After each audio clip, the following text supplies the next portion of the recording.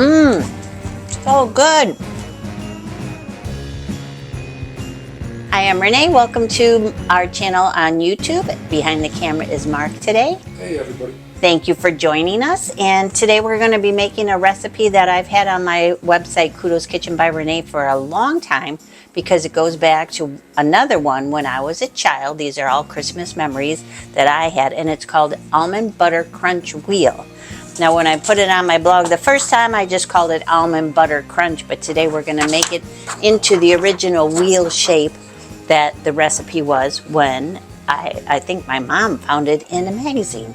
So, yeah, thanks for being here. So we're going to take care of the wheel portion later, but what that means is we're going to line two, I believe these are 8-inch round baking pans with foil.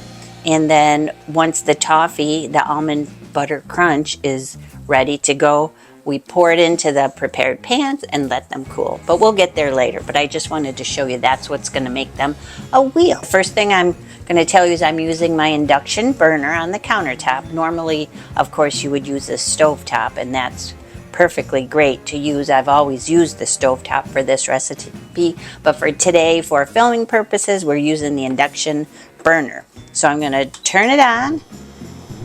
If you have an induction burner, they are quite nice and handy to have, but you have to have the proper kind of pan for it with a bottom that's heavy and that it's certified for induction cooking. And this one luckily is. So this is a 3-quart saucepan, and I'm going to heat it up to, I don't want it too high because we're going to melt butter and I don't want to burn the butter. So I'm going to heat it up to about, it's nice, I can go to like 330 on this, but I'm going to go down one more, 320. It's going to take a few minutes to heat up. So Mark's going to come around and we're going to film it from inside the pan. So the recipe calls for 1 cup of butter. So that is 2 sticks. Whoa, that's what I said I didn't want to have happen. That's it. It's a tricky thing with induction heating. It's I don't think it's as nearly as precise as stovetop, but that's okay. We managed. So 1 cup of butter equals 2 sticks, and I always use salted butter. So there we go, and we are going to melt this butter first. It's only going to take a minute. Okay, you want to keep a close eye on your butter and stir it pretty continually because we don't want it to burn or brown. So the next thing I'm going to do, the recipe calls for 1.5 cups of sugar. Now you can weigh this out, but for this instance, I'm going to just go ahead and do the volume measure, not by weight. Okay, 1.5 cups. I'm going to turn the heat down even lower until I get all the sugar added. And we're going to stir immediately. Left-handed stirring is not my thing. There we go, it's all in. Mark, can you get a good view of what's going on in here? Yep. It's thickening up pretty much. Yeah, but the sugar will melt, and then we will be left with like a syrup consistency, but this has to boil for quite some time when we're ready. But we'll get to that step when we get there. This is a process. We're going to continue cooking the butter and sugar together until the sugar dissolves, and then we will add the almonds and some corn syrup. So we'll get to that in a minute, but I'm going to continually stir this. As you can see in the pan here, I'm a little bit concerned. I don't remember this ever happening before, but I'm a little bit concerned that this mixture has broken, meaning that the butter and the sugar are not totally combining. They're kind of just staying separate. So I'm going to continue on and see what happens. I mean, this does happen at home when you're cooking, but I'm not quite sure the reason. So I'm just going to continue on, cross my fingers, and hope for the best. The next thing that the recipe calls for, and I'm thinking this might help a lot, is 2 tablespoons, and I'm just going to measure with my heart, of light corn syrup. So we'll say that's 1, and here we go with 2. Maybe a little heavy-handed, but that's okay. And be careful, because as you can see, this is very, very hot. And then next, I will go ahead and add the almonds. And you can see too that it is changing color, and that is what is expected, and that's what you want. Because when this candy is done, it is a really pretty golden brown color. And I do think this is coming together. Hopefully you can see. Mark, do you think you can see it? Yeah. A little bit? Still a lot of butter floating on top. Yeah, there is, but I think we're making some progress. I don't know, maybe it's because I haven't made this in so long that I forgot exactly what it was like. But we shall see, and now I'm going to add the almonds. One thing's for certain is it sure does smell good. I mean, brown butter at this point, it is brown butter and sugar and corn syrup. Okay, so it calls for 2 cups, I believe. I'm looking at my 1.5 cups of blanched slivered almonds. So here's what we're looking at. So again, I'm measuring with my heart. I would say that's about 1.5 cups. Give that a good stir carefully.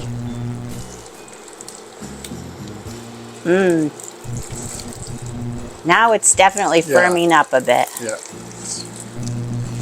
Okay. Okay, and while this is finishing up, what I'm going to do is add the aluminum foil to the, all right, here's the 8-inch cake ground. And this is what I'm going to do with both of them. I'm just going to get the foil in there as best I can into the corners. And you don't have to spray this with any like baking spray or cooking spray, because as you can tell, there's a lot of butter in this candy. It's just going to release easily. And the reason for the foil is so when the cookie, when the candy has hardened, all you have to do is lift the foil out and the whole thing will come out easily. You don't have to struggle with any sort of sticky candy mess. So there we go. I would say that's pretty good. I'm going to go ahead and do the same thing with the second cake pan.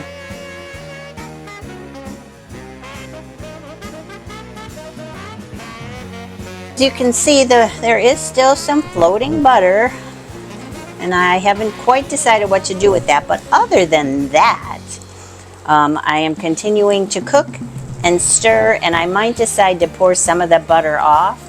But the reason you want to continually cook and stir is so that the sugar completely dissolves, and so you get to the stage with this toffee that it is more like a toffee, a hard toffee, as opposed to like a creamy and chewy toffee, because this is supposed to be a almond crunch and not almond chews. Although almond chews does sound pretty good. So Mark, can you see the color change? Yeah. I mean, it's definitely browner. Yeah, much browner. Just more brown. More brown. But I kind of do remember this from years ago where I thought, oh wow, this recipe has too much butter. And I did stick to the original recipe as far as the amount of butter. When you make this at home, I hope you do, even though it looks too buttery, is I would cut back to just 1.5 sticks. What do you think, Mark? It seems like there's less liquid. Yeah, it's coming together, and that's because we're continuing to cook and stir. And my biceps are getting a workout, so all the good recipes give you a workout. And this will be tasty, trust me. And the only thing we have left to do other than cook and stir is we're going to add, after this mixture comes off of the heat, is we're going to add some almond extract. Good things come to those who wait and to those who stir. Definitely the butter is incorporated now into the crunch mixture, which is exactly what you want. So just continue cooking. Make sure your heat's up a little bit higher, because that definitely helps the sugar dissolve. So do you still recommend stick and a half or 2 sticks? Well, I think you'd be fine just using 1.5 sticks. But if you want to use the full 2 sticks like we did here, it's not going to taste bad. But I don't think it's really necessary to have that much butter. But you do you. You know what? The only thing too I forgot is a pinch of salt, so I'm going to do that now. All right, here's a tiny pinch of salt. Give that a good stir. That will dissolve. And then I do think we are ready to remove it from the heat and add the almond extract. Okay, as you can see, I've removed the pan from the heat, and I'm gonna stir it just a teeny tiny bit so it cools down just a little bit before we add the almond extract. Once that goes in, it will bubble and spit, so I don't wanna take the chance of it doing that excessively. But it's only gonna take like a little, half a teaspoon of almond extract. So we'll go ahead and do that next. Ready for bubbles and spits?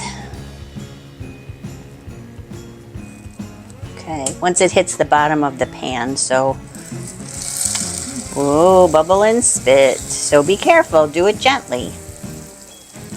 And this will help give it such a nice flavor. I love almond flavor. If you don't, you can go ahead and, although there's almonds in this, you could substitute any nuts you wanted. You're not stuck using almonds. But if you wanted to use pecans, use pecans, macadamia nuts, I just said almonds, any nut you like, and you can go ahead and substitute vanilla extract for the almond extract. Okay, that is mixed in, so now we get to the fun part of pouring it into the prepared pans. Okay, so we're gonna put half in this pan, roughly. And then I'll smooth it out. Can you see that pretty good, Mark? Okay. Just give it a little hand in smoothing out. You don't want it too thick. I think I can add a little bit more. And then I will do the same thing with the other pan. But I'll show you what I mean about smoothing it out, making it as even a layer as possible.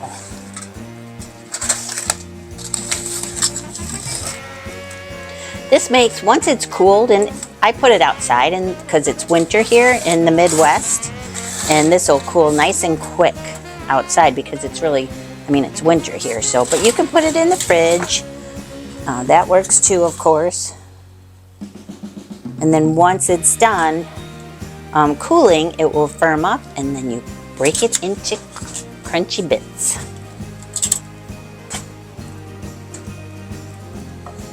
Talked about the cold. Negative 20 wind chills on Sunday. Oh boy. Hello, winter. I don't mind the cold too much. Of course, it's easy for me to say I have a nice warm house to live in. This would make an excellent, too, once it's cooled, like topping for ice cream or topping for, ooh, brownies, you know, before baking, maybe. Oh, gosh, so good. Now, one year, the original post on my blog, I sprinkled red and green sanding sugar on top of these.